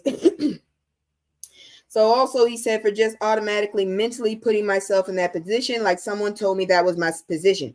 You and us all, Tunchi, because we all thought you was going to be it. Shit, I think everybody that ever lived in Louisiana thought you was going to be it. Wayne and Jay-Z are among the top elder statesmen of hip-hop, with Lamar and Drake leading the following generation. Oh, that's sad. Drake is running y'all? Oh, that's so sad. Damn. And real talk, Jay-Z and Wayne wasn't mine anyways. What was mine? I think mine was Kool Moe Dee. Shit. Anyways, no, Eric Sermon. That's mine, Eric Sermon and Keith Murray. That was the ones, those were the it dudes for me in my generation. Fuck a Jay-Z and that's how they spoke in New Orleans. Oh, what the hell's a Tunchi though? What does that mean? I thought it was Baton Rouge you couldn't understand, and Lafayette and that other place. I think it was Welsh. What the hell does a Tunchi mean? See, this is why I stay in Lake Charles. Shit. I knew something was wrong when people kept saying they was going to go to the clubs in Mamou. What the fuck is a Mamou? Shit, I thought that was something you called your grandma. That's a whole city. I'm just saying. Anyways, where was I? Yeah. Jay-Z and Jay-Z and Nas were like competitors, but for me it was like all about Eric Sermon and Keith Murray, okay? And then Method Man, and then Red Man and Method Man. That's what that was. So, Jay-Z just hung around longer than I expected. I'm annoyed that he is considered higher than Nas. Nas was the one for me. I'm just saying. But anyways, man, Jay-Z looked like Camel Joe. What the hell? Anyways, where was I? They've had a close relationship over the years, and Lamar has performed with Jay's wife, Beyonce, including on her song Freedom, which has become an anthem for Kamala Harris. What the hell is this, 6 Degrees? Anyways, presidential campaign. Both rappers performed with Beyonce at the New Jersey closing date of her 2016 Lemonade tour, although not together. Kendrick Lamar is truly a once-in-a-generation artist and performer, Jay said of Lamar in the Super Bowl halftime announcement on Sunday. His deep love for hip-hop and culture informs his artistic vision. He has an unparalleled ability to define influence culturally globally. Kendrick's work transcends music, and his impact will be felt for years to come. I've never been a Jay-Z fan or supporter. Me neither, girl. Look like a goddamn camel. The only thing is like every once in a while he'll do a banger and it's like dun dun dun big pimping. Every once in a while he'll do a banger and he's back in our faces. But real talk, do need to cut his damn hair, real talk too, because I don't like it. I don't like it not one bit. But I thought that they had already decided that Lil Tunchi would be doing it. Maybe shit. He thinks he jumped the gun. I think everybody jumped the gun. Anybody in Louisiana probably already thought that Lil Wayne was gonna open at the Super Bowl. I feel like that my heart of hearts, that's what the thought was. And let's keep it a buck, Kendrick is inspired by Lil Tunchi. So I hope and I pray that he is still in control of his faculties where he hasn't let the limelight hit him so hard that he wouldn't at least show that respect. Because I feel like, I'm not a stan. I do like some of Lil Wayne's music. I just don't like how he moves. But I do feel like that was wrong for what they did. That was wrong for what they did to Lil Wayne. Lil Wayne should have been the one. That's all I'm saying. But that's neither here nor there. We still got a little bit more celebrity news. Not a whole lot of other news, but celebrity news. I'm feeling a little bit better. God is, guiding me. I got my food stamps. Don't judge. Damn it, I'm homeless, okay? If not for the choices I made as a teenager, I wouldn't be in a hotel right now. So anyways, like I said, I was in the military for a little bit. So I got my food stamps. It's food. I don't give a shit. I got a roof and food, and my kittens, they got a full stomach and they lazy as fuck. I wish they paid me rent. It's a slang for, oh, okay. See, that's my Bostonian right there. I never listened to all of that. I just listened to who had 5 on it. Puff Puff Give. That's all I paid attention to. I did not know that was. Yeah, that fits him. Yeah, that works. That makes sense. Very definitely. Thank you, Miss Bev. That makes a whole lot of sense right there. I ain't even gonna lie. That works. That works. Right. Good. Yeah, that works. Moving on. Come on now. You gonna work, damn it. Work, bitch. Really? You get on my nerves. So you just gonna keep this up, huh? I hate you so much. So much. Where's my damn thing? I hate you. So you just not gonna work at all. Ain't nobody got time for that. Oh. So here we go, checking out some, I don't know about y'all. I know a lot of people don't like it, but I love horror movies. And apparently Brandy is in a new horror movie just recently. I've looked at I've seen the trailer and it kind of triggers me. Just the main villain triggers the shit out of me. It's like the ultimate Karen. What's a Karen after they get to a certain age? Because there's like an evolution. What happens after a Karen? What's the ultimate form? Because that's what this bitch is in this story. Anyways, why a new horror in Brandy's life sent her to therapy? Now, I've heard a lot of people tend to get absorbed when they get into these roles. They do the method acting and they get into that shit and they have to go to therapy. I heard that Michael B. Jordan had to when he was Killmonger, because that it spiritually became an entity and it was taking over. That's scary as fuck. Anyway, so after a long break, Brandy is back in horror film genre. This time around, however, the role took her to a dark place, one that had a real effect on her mental health. If you go, it says a slang for... Oh, no wonder. I never fucked with synthetic. Okay. Now I understand why I don't know what the fuck that was. I only deal with, no, I don't deal with no synthetic. No. Anyways, let me keep on going here. The singer and actress stars in A24's latest film, The Front Room, in which she stars as Belinda. I hate that name. A newly pregnant woman dealing with a mother-in-law from hell, literally, played by Katherine Hunter. The in-law tries to get her claws into Belinda's child, forcing Brandy's character to take matters into her own hands before it's too late. Brandy told People magazine that the character work she did for the project sent her to therapy. I'm a little bit method so it stayed with me, she said. But after I was able to do a little bit of therapy to release the character and release the dark places that I had to go with the character, the idea of jumping back into horror and choosing this film in particular scared her, she added. I wanted to do something like Belinda to see if I could pull it off, to see if I can expand my range as an actress, my depth.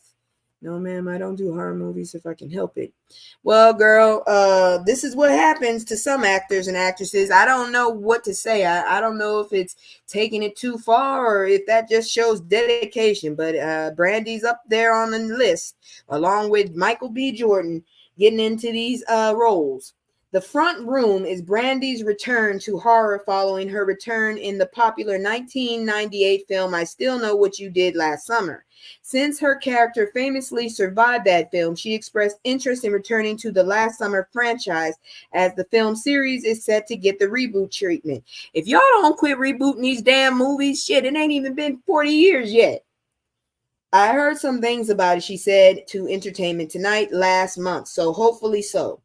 The actress recently reprised her icon role of Cinderella in Disney's Descendants, The Rise of Red, and appeared in last year's Netflix hit Best Christmas Ever. I did not see that.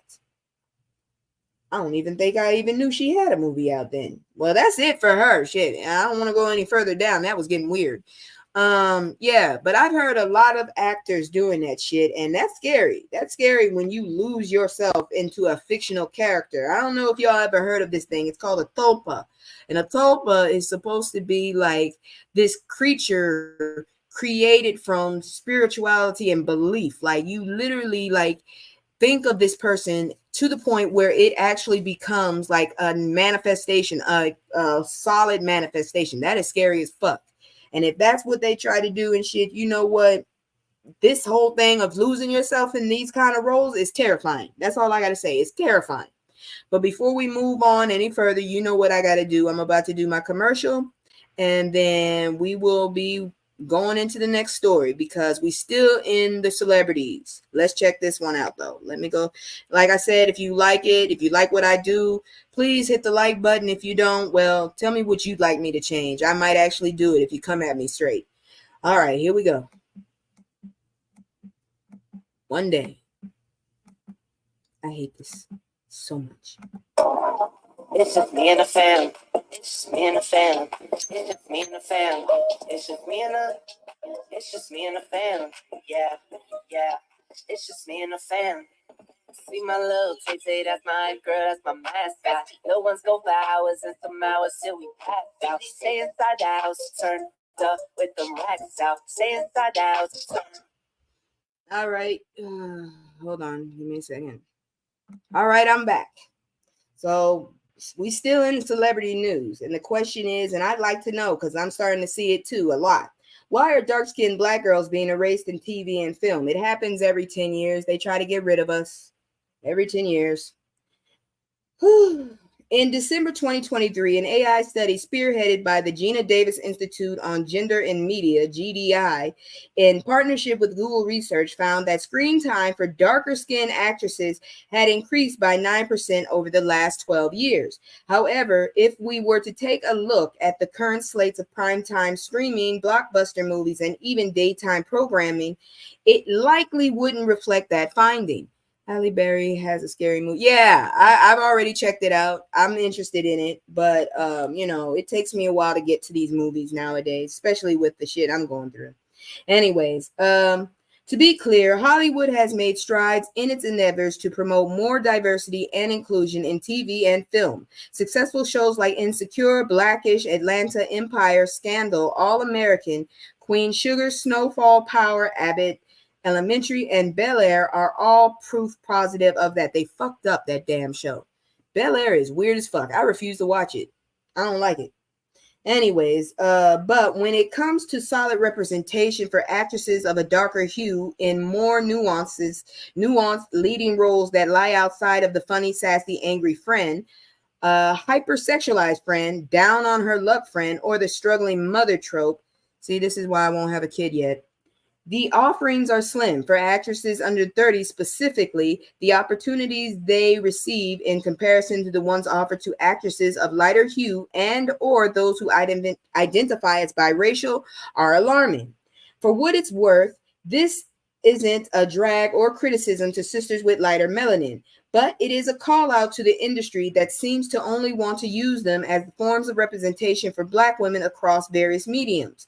From binge-worthy series, must-see movies to even your everyday commercials, Hollywood gatekeepers are consistently choosing to send the implicit message the only one type of Black woman is acceptable to be on screen, and the monoracial Black actresses of a darker hue are not. Nor are they talented enough to take on lead roles that speak to broader facets of our life experiences. You guys are assholes. It's a sad observation that falls in line with the long discussed and very well proven negative and pervasive trend of colorism in the industry that has prompted more and more folks in and outside of the industry to speak up and speak out about it. Most recently, a viral thread posted on Twitter in August pointed out the lack of dark skinned girls in nearly up to 10 upcoming young adult projects. A quick search for dark skinned actresses on the same platform will also provide countless comments from users expressing their frustration and concern over the increasing erasure of darker skinned actresses. I, as a child that was raised by a darker skinned woman and identify as a darker skinned woman, even though they keep telling me I'm not, I agree. We need more Black people. I got a phone call coming through, but I'm coming back. Okay, girl. I don't know if I'll be here, but okay, because I only got 2 stories after this. Where was I? Okay, dark-skinned actors slash actresses have range to play more than slaves and distressed Black people, I promise, wrote one user.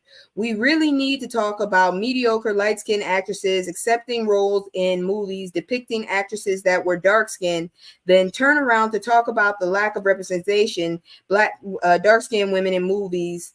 Pinned another. Okay, first of all, the one actress I know that I cannot stand is that chick that was married to Robin Thicke. She is the worst actress I've ever seen. I hate her acting. It's horrible. I fucking hate it. I really do. She's a horrible actress. Jesus. Anyways, why do these TV and movie producers act like it's hard to choose dark-skinned actors and actresses? It's literally as simple as saying yes, they just refuse to give them a chance, another said. Okay, I saw Deliverance, and I don't understand why you got rid of a dark-skinned woman's story. That was about a dark-skinned woman and her family, and you went and got Glenn Close as a damn hood rat white chick and a mixed girl to play this role. I don't understand what the whole point was. If you want to do the story right, Mr. What was his name? Lee Daniels, you jackass. Not all neighborhoods have that kind of ratchetness too, because I didn't have that shit in my neighborhood. My grandma looked white, but she wasn't white. She'll tell you real quick, I am all Negro, even though she was mixed. Anyways, let me see here now. I just think it's crazy how industries can find dark-skinned actresses to play slaves, but they always pick a light-skinned to play a doctor or a CEO. But y'all not ready for the conversation. I just feel like everybody should have a chance, and they stop casting the same 3 people. Yeah, that's true. I feel that way. Hey, Nosa, how you been? It's been a while. Just let you know I'm homeless, so I'm out here in a hotel, thankfully hosted by Veterans Inc. That's a cool ass group. I'll tell you right there. They keep with you. Anyways, where was I? But concerns aren't just coming from consumers. Back in 2018, Euphoria and Dune star Zendaya called out her own privilege and Hollywood's propensity to cast lighter skinned actresses that look like her in more projects than her darker skinned counterparts. As a Black woman, as a light skinned Black woman, it's important that I'm using my privilege, my platform, to show you how much beauty there is in African American community. Well, ma'am, you got the power. Why don't you do your own projects? You got enough. That's all I'm saying. I am Hollywood's, I guess you could say, acceptable version of a Black girl, and that needs to change. We're vastly too beautiful and too interesting for me to be the only representation of that. Later that same year, the acolyte and Bodies star I can't say that girl's name, Amandla Steinberg also spoke out about her biracial light skin privileges in an interview with Variety, where she discussed turning down the role of Shuri in Black Panther. Thank you. In favor of letting a darker skinned actress have the role. She also roped in Zendaya and Blackish star Yara Shahidi in the conversation, saying, "Something interesting has happened with me, Yara, and Zendaya. There is a level of accessibility of being biracial that has afforded us attention in a way that I don't think would have been afforded to us otherwise. Me and Yara and Zendaya are perceived in the same way, I guess, because we are lighter skinned Black girls and we feel the interesting place of being accessible to Hollywood and accessible to white people in a way that darker skinned girls are not afforded the same privilege." Keeping in line with the rules of three, let's consider these darker skinned actresses: Marsai Martin, Ryan Destiny, and Lovey Simone, and the roles and opportunities they've been afforded since starring in hit shows. Martin, who had her breakout role in ABC's popular primetime series Blackish, has starred in few major films since the show wrapped in 2022, Little and Fantasy Football.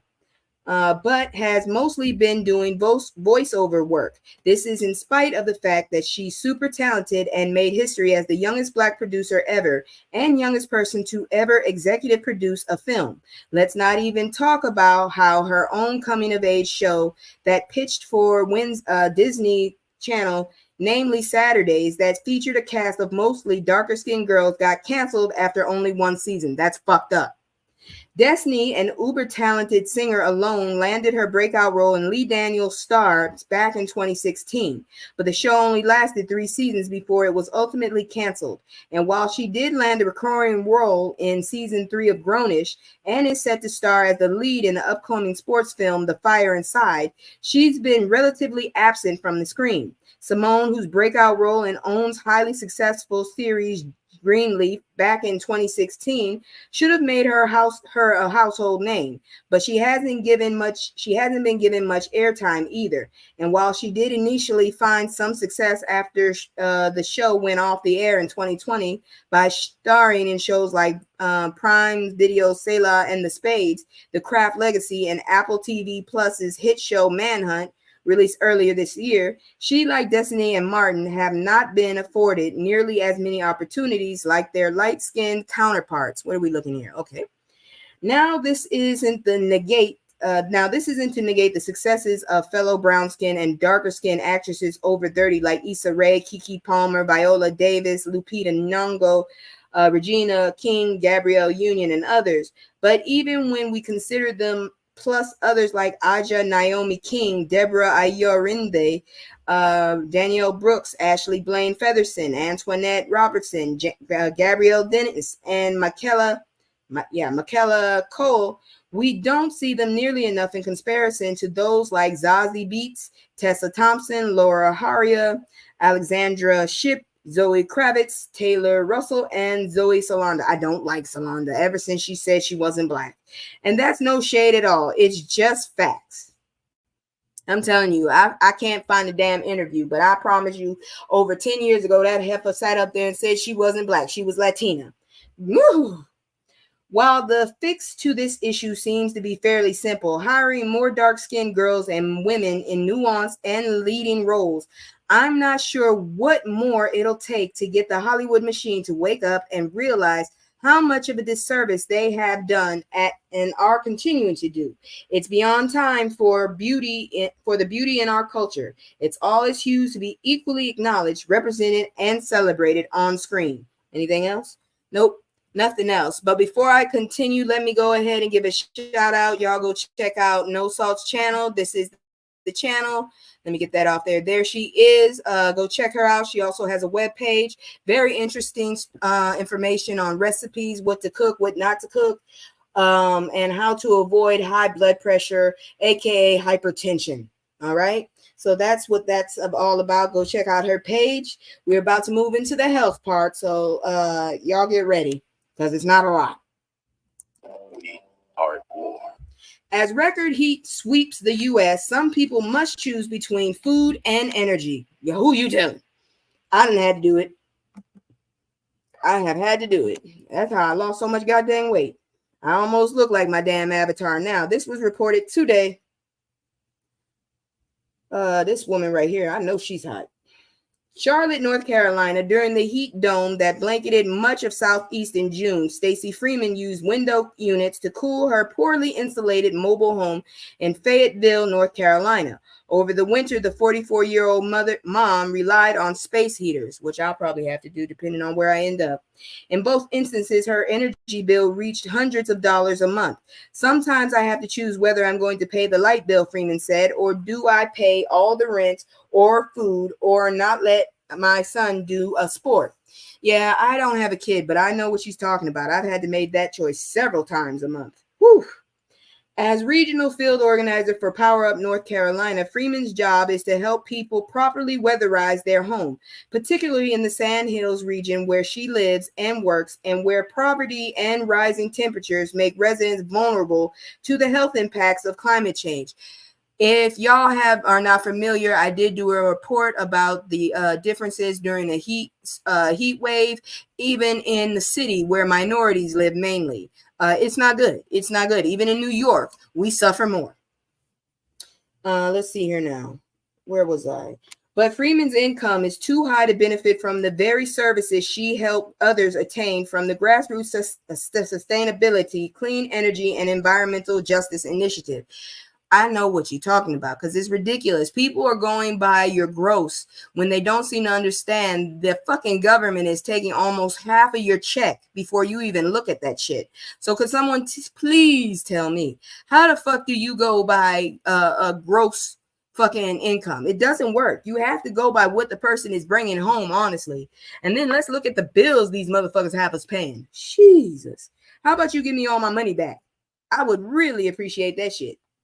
Like a growing number of Americans, Freeman struggles with what is known as energy poverty, including the inability to afford utilities to cool or heat a home. Households that spend more than 6% of their income on energy bills are energy poor, some researchers suggest.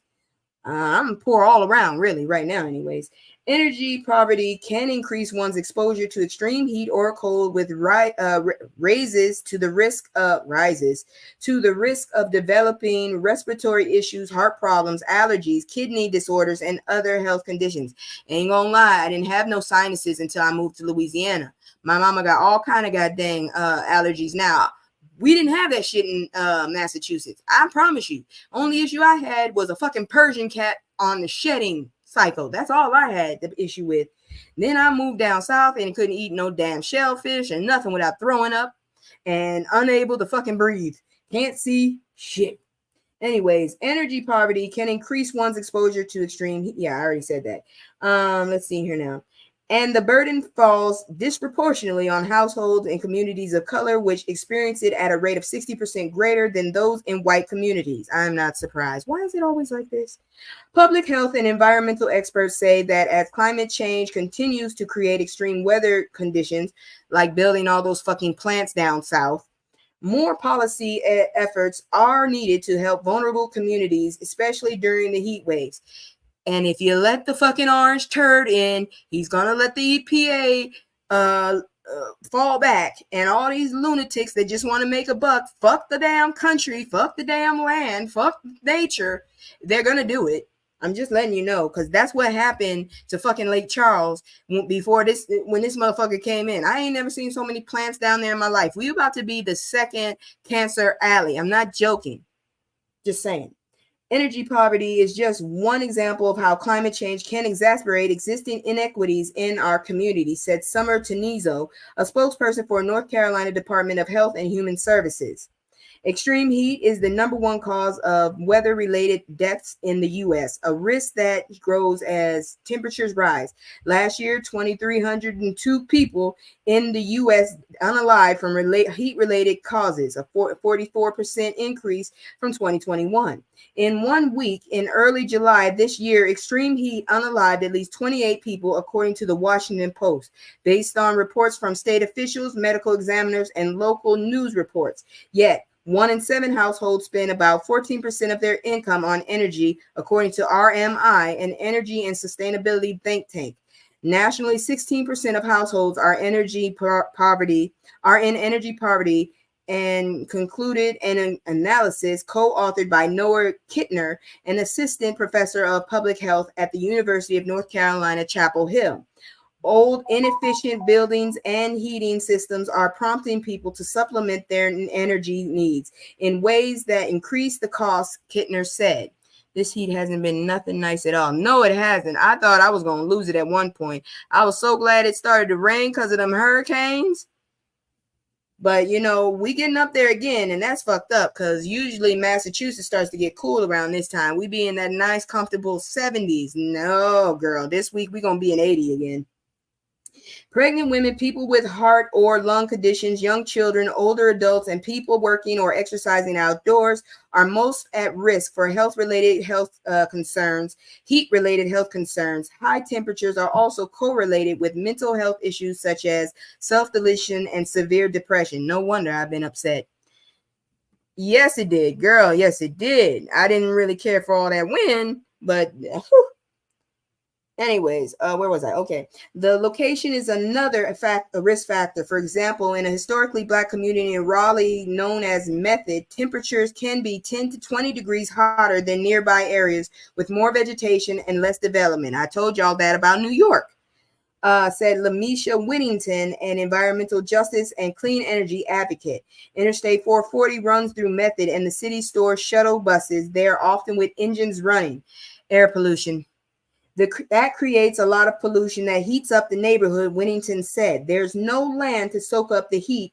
Instead, it bounces off shingles, roofs, pavements, and creates a stove. I did not know. Method residents frequently complain of chronic headaches and respiratory problems, she said. While rural areas tend to have lower temperatures than nearby urban areas because they have less asphalt and more trees, they often lack resources such as healthcare facilities and cooling centers. Substandard housing and higher rates of poverty contribute to higher rates of heat-related illness. Energy poverty is the layering of burdens without a means at the individual level to combat those burdens, said Ashley Ward, director of the Heat Policy Innovation Hub at Duke University. And I believe, there's more. In many parts of the country, extreme heat is a relatively new concern. Policymakers have historically focused on threats from colder temperatures. The federal government's low-income home energy assistance program, established more than 4 decades ago, has a funding formula that favors cold weather states over those that experience extreme heat, according to the research for Georgetown University. Florida, Georgia, Arizona, Texas, and Nevada have the lowest proportional allocations of federal funding, while North Dakota, South Dakota, and Nebraska have the highest. North Carolina has largely relied on private donors and local nonprofits such as Power Up to distribute fans and air conditioner units in the summer, but the state doesn't contribute to the cost of energy bills. That's fucked up. On extremely hot days, Freeman and her Power Up NC colleagues work with state health officials to direct vulnerable people to cooling centers. This is just like getting people Kool-Aid but no sugar. God dang it, peanut butter, no goddamn jelly, or Fluffernutter. Fuck. Hamburger, no cheese. I hate that. Anyways, on a personal level, staying cool this summer meant sending her son to a free open recreational center rather than paying for him to join a sports league. We're doing stuff that doesn't cost, she said, just trying to keep up with the electric bill. I ain't gonna lie, I understand that. My mom used to send me to a camp that they basically set up for inner city kids, so I'm pretty sure she got a discount, but she also had to pay a bit too. And it took care of us. It really did. A lot of us were from low income areas of all races, so it wasn't just Black folks. But anyways, let's check out this goofy ass commercial. Not the commercial. Let's check out this goofy ass story. And then, if y'all want, I have no job right now. I got put on short-term disability, so I got time. If you want to come up here and discuss some stuff that I talked about tonight, please come ahead. I got time. I really do. But if not, I understand. So let's look at this weird shit here. New set of endangered cotton-top tamarin triplets born at Disney World. I just want y'all to see this hair. What the hell is this? What the hell is this? That is just messed up. That is a whole Don King. That is what that is. It ain't even an afro. It's a Don King. And this motherfucker had 3 kids.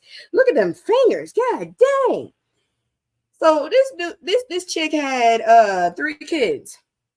The second set of critically endangered cotton top tamarin triplets to be born this year at Walt Disney. What y'all putting in their food? I know you're putting something in there. It's probably that same shit they be giving them people who are yes, girl. Did you see the hair? Did you see the hair? God was not playing with these people. I don't know what this monkey did to tick off God, but God gave him Don King hair. Oh well. Anyways, what are you doing, Disney? What you doing to make these monkeys have triplets? You know, I think you're working with the Octomom. Anyways, the 3 tiny primates were born at Animal Kingdom Discovery Island on Saturday and are bonding with their parents and siblings. A Disney World spokesperson told UPI. Earlier batch of the small but powerful monkeys were born there in January. Weighing only 1 pound in adulthood, the cotton top tamarin is only found in the rainforest northwestern Colombia. They are known for their sophisticated social behaviors. You better have something that's sophisticated with that hair, and even show evidence of simple grammatical capabilities, but not a comb. Despite their small stature, their athletic capabilities are impressive. They can leap 15 feet from a stationary branch. I ain't doing that. While their appearance is highlighted by a wild mane of bright white hair atop their heads. Are they blonde? That's considered blonde, I think. The male and female parents of the newborn tamarins share infants' care equally, carrying their young on their back until approximately 14 weeks of age. My mom gave up on that shit after the first week. It is estimated there are only 6,000 remaining cotton-top tamarins remaining in the wild. Why would you want that animal? It has a Don King hairstyle. Nobody wants Don King's hairstyle except for maybe the Weeknd. Anyways, making them one of the rarest primates in the world. Disney World says it's working with organizations such as Proyecto Titi, looks like my name, in Colombia to help protect the species through its Disney conservation. I told you, conservation fund. Look, my mom said it and I'll say it again. Some people care more about animals than they do people. And these motherfuckers sending the Don King goddamn monkey some money. What the hell? Don't nobody want this damn hair except for goddamn Weeknd. I ain't seen that hair. Does Don King even have that hair anymore? I think he brushed it back. That's some ugly ass hair. I'm sorry. I tried to go out my house one time. My hair looked like a palm tree, and my mom told me, I hope you make a statement and go back in that room and redo your damn hair. That's all I gotta say. So, yeah, you can kiss my ass. I'm shaming. That hair is horrible. Even if it's on a monkey. The monkey is cute. The hair is horrible. Go put that monkey hair in a ponytail. Shit. Then I bet you nobody will try and get him. When you got hair like that, somebody gonna fuck with you. That's all I gotta say. When you got hair like that, somebody gonna fuck with you. Because I came out my room and somebody fucked with me, and that person was the person that gave birth to me. So that, damn it. I got fucked with by the person that gave birth to me because I came out my room with my hair like that. I learned my lesson on day one. I didn't come out my room like that no more, especially not in front of her. Or out the house. Shit, I won't go out my house with rollers. You can kiss my ass. I'll put my hair in a ponytail. Shit, I'm just now running in this hotel out the room with my damn bonnet. And most of the time, that shit come off before I get up. So that's what it is. But that's it for the news. If y'all are interested, it is Sunday. It's all about that discussion Sunday. If you're interested in coming up here, chopping it up with me or talking about anything, I'm here. I got time. Because I ain't got nowhere to go until my EEOC goes through. Because these motherfuckers done pissed me off. I'm doing an EEOC. These motherfuckers done forced me on to fucking short-term disability when I had accommodations in their hands at a timely time. So there it is. There's a link. If y'all want to come up, please do. I'm just saying, y'all keep laughing. I'm telling you something serious. You know damn well if you take your ass outside with hair like that monkey's, you are going to have some issues. Let me see. Where's that monkey again? Let me see if I can scroll back up because that motherfucking monkey, I'm just letting you know, you need to see the hair of this monkey to understand the pain that you would receive if you tried to do this shit. Because I'm telling you right now, the only reason ain't nobody clowning this monkey other than me is because they think it's cute. Fuck that shit. I've been in that experience. I know how it is to look like that. Well, not that damn not that unibrow, but look at this shit. Look at this hair. Do you see this shit? This shit ain't right. Why would you do this? You know, God was having a bad day when he I don't know, because I just don't understand. What do you have in South America that looks like this, that this monkey can hide? Because this hair is noticeable. Okay, I don't care what color it is. It's noticeable as hell.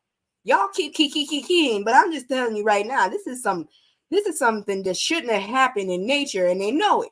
That's why it's endangered. Nobody should have hair like this. I'm just letting you know. If you have hair like that, you will get fucked with. Depending on who it is, you might get fucked with by a hunter. You might get fucked with by a barber. You might get fucked with by your mama. Yes, it is very noticeable hair. I just want to know, what did they do to piss off God? Because seriously, from what I understand, all of us have something to help us in the wild. That hair ain't helping. I'm just letting y'all know. The hair is not helping. That animal will always be targeted because that hair ain't helping. I'm just saying. My hair looked like that one time. I came out my room. My mom jumped and I said, I'm making a statement. She told me, well, make a statement, turn around and go comb your hair. That's what she told me. I'm just letting you know. So, yeah, that's the reason probably why this animal is endangered. Because if you see that shit walking around, you're going to go fuck with it. You might not even want to kill it. But some animals might want to because of that hair. It's like, this is too distracting. You fucking up my vibe. You got to go. Get the hell on with this cotton hair. And then they didn't help him. They did not help this animal at all by calling it a cotton top. So you already know black folk don't like it. I don't like it just because of the name. I don't like cotton, real talk. I know I don't mind wearing it, but I don't like cotton as a plant, real talk. Real talk. I don't. So you naming this monkey Cotton Top, and then he got a unibrow. I don't like unibrows. I'm sorry. I got some European in me, so I got a lot of hair on me in certain places, and I don't like unibrows. Shit, I almost had a widow's. Ooh, no. I almost had a widow's peak. I had to get rid of that real quick. Every time it tried to grow, I had to train my damn hair. You will not. It's bad enough I got this damn baby hair scraped on my goddamn head against my will. You know, if you from my generation, you know what your mama did with that damn hard ass brush and that water. Sitting up there scraping the goddamn hair over and over again every fucking morning till your hair just got stuck like that. Then everybody talking about, oh, you got good hair because you got baby hair. No, I got a tender forehead. That's what I got. How about that? All right, y'all. I'm gonna give you one more minute. If nobody takes this invitation, I'm bouncing, and I don't know. I ain't got nothing to do today. I'm homeless at the moment. The only thing I got is a bunch of assholes living above me and across the hall that don't know how to be quiet. So, you know, I ain't got shit else to do. And believe me, I don't give a shit if they understand what I say, if they can hear me or not, because I can hear them, and I've been hearing them all fucking day. So the only thing I'm worried about is that my roof caves in because of the way these motherfuckers running around. I don't know about you. I got a mama that almost knocked me the hell out for jumping on the bed. That's all I got to say. Oh, hey, just like I can't handle, this is why I can't live in Korea. I can't handle hearing that whiny tone because I used to get popped in the back of the head for whining. It ingrains in your DNA is what I'm saying. That's all I got to say about that. But I see nobody is taking my invitation to come up here. Y'all gonna miss this because when we actually get into a point where we can have discussions and shit, I ain't gonna have time because I'm gonna have a new job. But y'all motherfuckers are just okay. I love y'all. I ain't got time to discuss something. You just ready to discuss. There's gonna come a time when you want to discuss something with me. I know, and it ain't gonna happen because y'all asses you sat up there and wasted time. I got all this time. Prayers for favor, and you take care. It is good seeing you and love you, ladies. You have a good night too, Miss Bev. See, that's how you stop somebody for fussing. You say good night. But anyways, that's it tonight. I love y'all. Like I said, one day y'all will come and talk to me. I promise you that much. But anyways, here go my outro. Share this. If you like my stuff, share it, like it. Please subscribe. Like I said, I'm trying to get to 200. If I get to 200, I'll do another live cam up show. And hopefully I'll have a better background and a better camera because that did not look good the last time. But anyways, I love y'all. Take care. Bye. I came Hey, no, I always gotta go. Playing house to stay home with my soul. All the way out here. Hey, no, I always gotta go. Playing house to stay home with my soul. All the way.